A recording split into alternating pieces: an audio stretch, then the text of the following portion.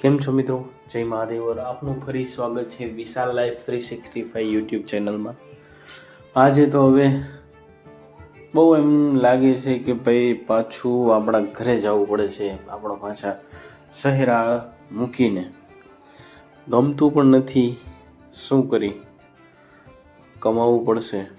જોને આજુબાજુ તળાવ ભરપૂર, આ નજરાણું મેકીને જવું ને એટલે દિલ ઉપર એવો પથ્થર મેકવો ને કે ભાઈની વાત જ પૂછવામાં.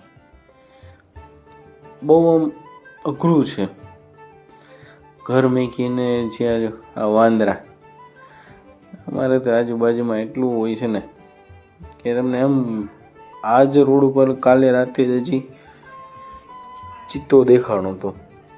વાંદરા છે ને આમથી આમ દોડે છે. પણ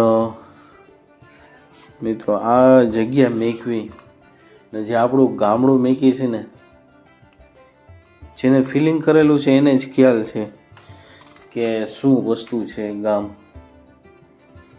તો આ બધું એક આજે તો વાત જ પૂરી થઈ નહીં શકતી, કારણ કે જે ફિલિંગ છે ને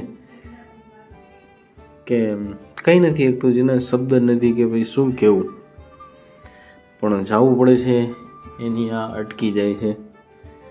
એટલે પછી હવે હરવે આપણા ગામ તરફથી દૂર જતા જાય છે. આપણા ગામથી થોડુંક જ્યાં બસ મળે છે ત્યાંથી આપણે અંદાજે 50 કિલોમીટર આગું છે.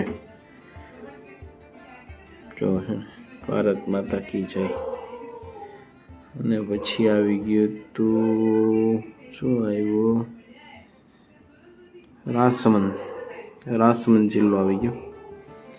પછી તો આપણે આઈસ્ક્રીમ ઠપકારી, ફાલુદા મંગાવ્યા, અને પછી જો સામાન ભેગો કર્યો.